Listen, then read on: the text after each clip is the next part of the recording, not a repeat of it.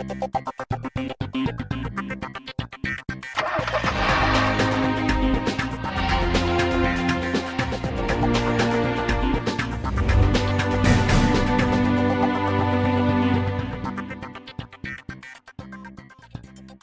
the Car and Bike Show this week, it's not one but two new models from Mercedes-Benz, the EQB and GLB.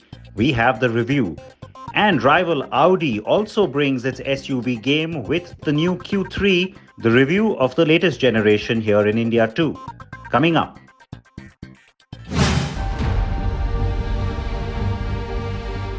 The GLC has been a best-selling SUV for Mercedes-Benz in India. But with a new gen model due to come only next year, there lies a gap between the GLA and the GLE. And that's where this SUV comes in. It's called the GLB, and it's not the first time that you've seen this car here on Car and Bike, because Siddharth has already driven it and shown you the review.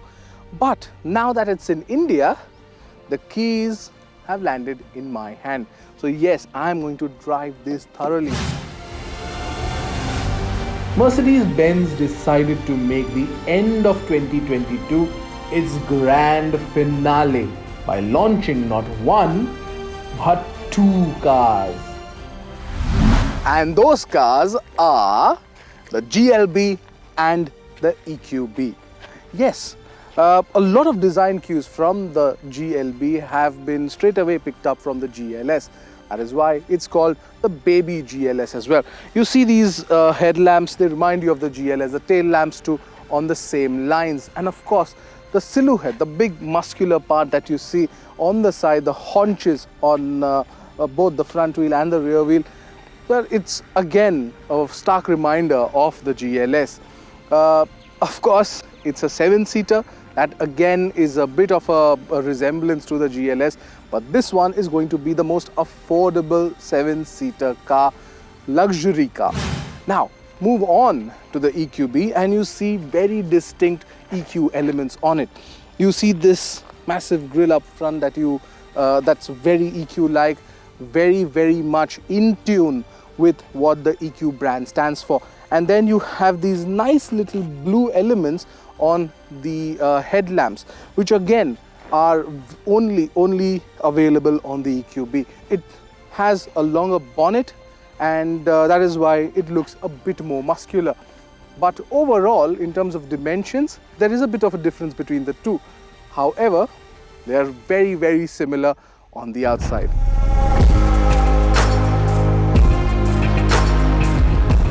The GLB is based on the MF82 platform, while the EQB on the IV82. And there are very minor differences in their dimensions. But take a look at the figures and you'll see how close they are in terms of dimensions to the GLC. And then Mercedes' strategy to bring this car to the country becomes clearer. Both the EQB and the GLB will be imported into India from the company's Mexican plant. But knowing Mercedes-Benz India, we expect a strategy to make these cars here too. Now, apart from dimensions, there's a lot common in both these cars on the inside as well. But if you were attentive, you'd notice something as well. Well, there's good amount of space up front and you see how roomy the cabin is. And if you look at the dashboard, and you'll also notice how simple it is and how well laid out it is. Ergonomically, everything is right there at the touch of your finger. You have these toggle switches right here, the turbine AC vents. They all look smashing and they all look very modern. Then you have these two 10.25-inch screens. One is a touch screen, this one of course, and the other is the instrument cluster, which is not. This too is very intuitive and you get access to everything that you want to, right from information about the car to information about the AC, the temperature of the AC. You also get wireless charging in this, but you do not get wireless Apple CarPlay or Android Auto. Now that's a big miss according to us. You do get wired Apple CarPlay and Android Auto, but if it was wireless, it would have made more sense, is what we feel. You get a great panoramic sunroof, And the overall space here really is smashing, because you do get that sense of roominess here. Well, on to the second row then.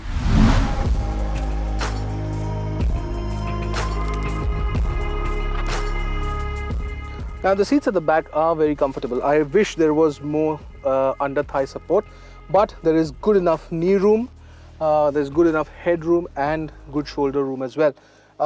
Because the glass area is so big, and there is of course the panoramic sunroof there and the massive glass here, there is a sense of roominess, and you kind of enjoy being here at the back seat because it feels big enough. You get 2 AC vents at the rear. You also get a USB C-type charger. Now, there are 2 big changes here. One is that these seats are split into 40, 20, 40, so that you can put them down and make adjustments accordingly. So very flexible that way. The other thing is that you can adjust your seats. So you can actually go down, pull it front and back, and then the seat also reclines. There you go. And that just adds to your comfort. So that's what is great about it. And really, I mean, if for more under thigh support, the rest seems really good.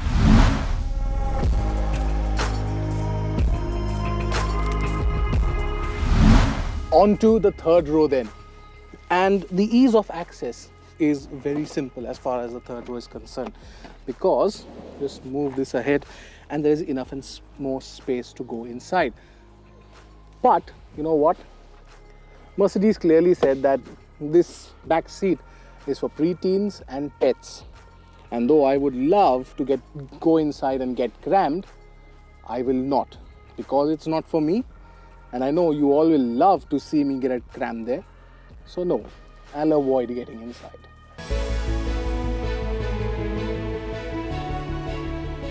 So, did you notice anything? I shuffled between both the cars when talking about the interiors. If you notice that, you know how to tell the difference between the EQB and the GLB. There's also generous space provided if there are 5 people traveling. Yes, I said 5 and not 7. With all 3 rows up, there's 150 liters of space on offer. With the third row down, there's 700 liters. And with the second and third row folded, you get 1680 liters.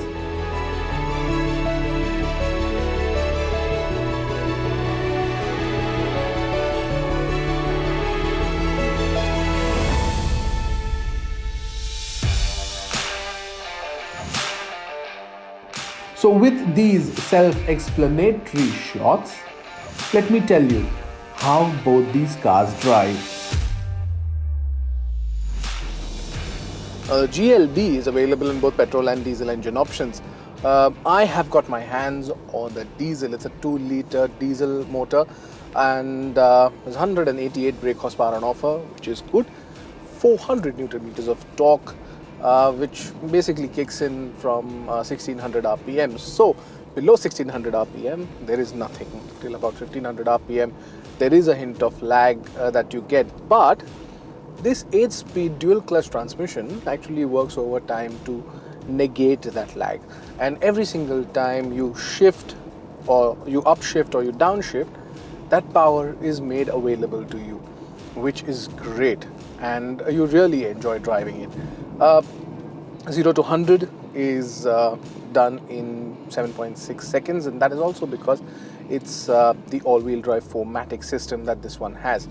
Now, as far as power goes, you have a very strong band between 1600 and 3000 RPM that this power is available on. Once you cross that, it gradually diminishes, and then there is the hint of lag.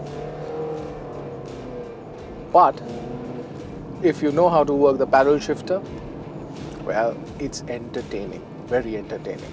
And the GLB really comes into its own in that spectrum. So it's truly enjoyable to drive, there's no doubt about that. And I mean, for all those people who are saying that it's underpowered, no, it's not. It's proportionately powered, and that's why you enjoy it.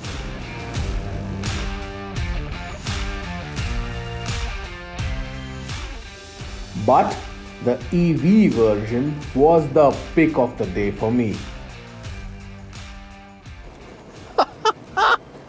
This one is just entertaining and you really enjoy your time behind the wheel of this one. 390 Newton meters of torque on offer instantaneously. Who can refuse that offer? There's 225 bhp on offer and it's just so much fun. Put it in sport mode and it's even better because the steering wheel firms up, everything just gets tauter, and then you want to take the curves, they are even better, and it just works as one unit. Yes, there is a hint of understeer when you get into the corner, but otherwise it works fine because it has that weight too behind it. This is what you want to be in for sure. The EQB undoubtedly was my pick of the day. And given that it has a range of 423 kilometers on a single charge, the EQB is quite the mind muncher. It has a fast charging option too, and if plugged into a 100 kilowatt DC fast charger, it can go from 10% to 80% in just 32 minutes. A full charge with an 11 kilowatt AC charger takes around 6.5 hours. And you also get a 6-year warranty on the battery pack. The ones who will opt for the GLB too will receive an 8-year warranty on the engine and transmission, which is very impressive. What also impresses is the ride. The ride quality on both is spot on. With a ground clearance of 155mm, the EQB and the GLB trot over anything that the Indian roads have to offer. Even if you are in the third row, the suspension travel is shorter and hence you don't bounce about. On the safety front, both cars will come with 7 airbags, and the safety is extended to the third row too, which gets curtain airbags.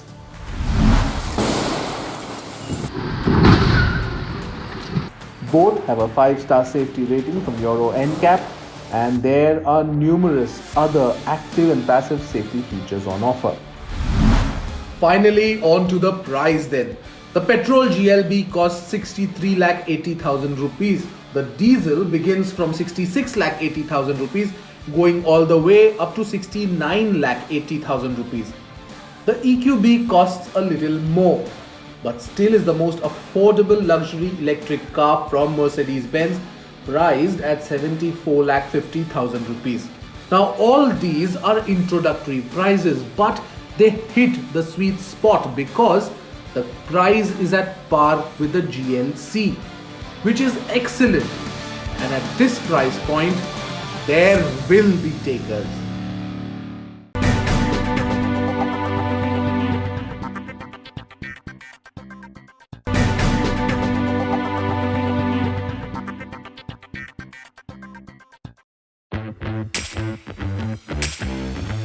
Audi's dominance in the SUV space might have withered a bit in the past few years given the arrival of new tech-packed rivals.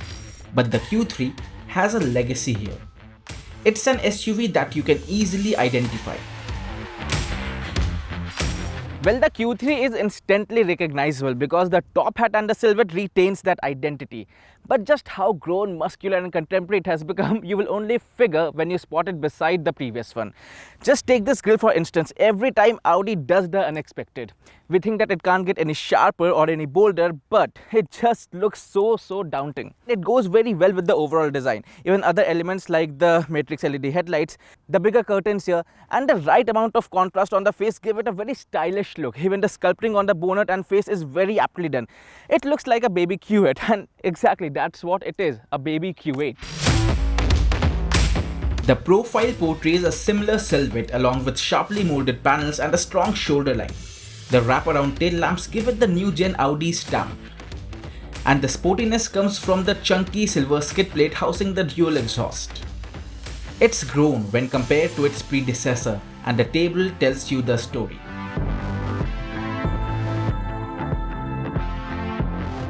It's longer, wider and taller than before. But what does that mean for the cabin? So as soon as you get inside the Audi Q3, you get that sense of freshness. It's a new cabin, it feels a bit more premium than the predecessor, and the use of colors, it's quite well balanced. So you get this beige treatment on the upholstery, enhances the sense of airiness, and silver knurled finish on the dashboard, chrome, piano black, and even the overall black treatment, it adds to that sense of premiumness. The touchscreen itself, it's a 10.1-inch unit. It's been done very well integrated in the central console and is not a freestanding one, so that's something I really like. You also get the virtual cockpit. It's a 10.25-inch unit, a new addition in the Audi Q3, and even the position, the driving position, the view outside is actually pretty good. The seat themselves are very comfortable. You have ample amount of side bolstering here, and even in terms of practicality, it's a good cabin because you get quite useful features, like you can put your phone here in the central console when you're not actually using the wireless charging.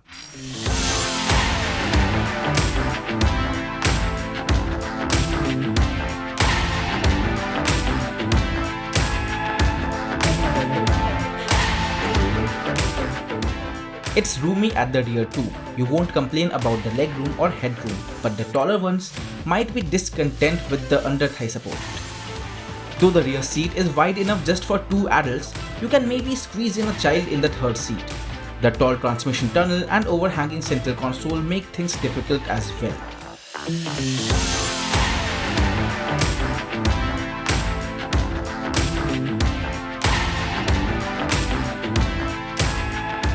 In terms of features too, the new Audi Q3 is at par with its rivals, offering creature comforts like wireless charging, powered front seats, auto-dimming mirrors, panoramic sunroof, dual zone auto climate control, a premium sound system, and a lively ambient lighting among others. The 10.1-inch touchscreen has crisp graphics and is very responsive, while the central console is angled 10 degrees towards the driver for easy readability.